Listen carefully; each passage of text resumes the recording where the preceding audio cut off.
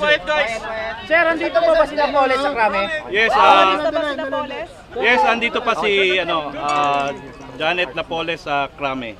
And in a few, about 5 minutes, may isang team ng CIDG na luluwas papuntang Makati City Jail para i-survey at mag-conduct ng security survey and inspection doon sa projected na paglilipatan ni Janet Napoles. I am inviting sana part of your team to join the CIDG group that will go to Makati City. Yes, pwede kayong kumonvoy ngayon.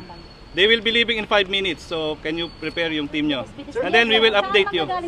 Diyan tayo sa DPCR magpo-form. Sir, yung unang statement pakiulit sa mga nahuli, sir. Yes, sir, please, sir. Okay, for the benefit of those who were late, Janet Napoles is still inside Camp Krame.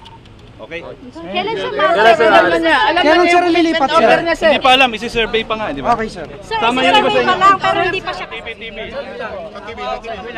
Kape mo siya. Okay. O, dito. Video. Hindi, pag dikit-dikit natin apat para hindi magulo. Dito, dito. Video. Cellphone, no?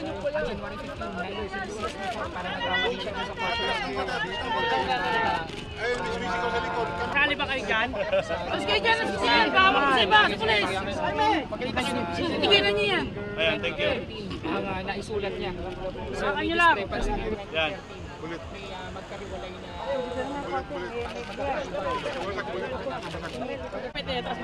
Atras kasi kayo. Atras. Atras.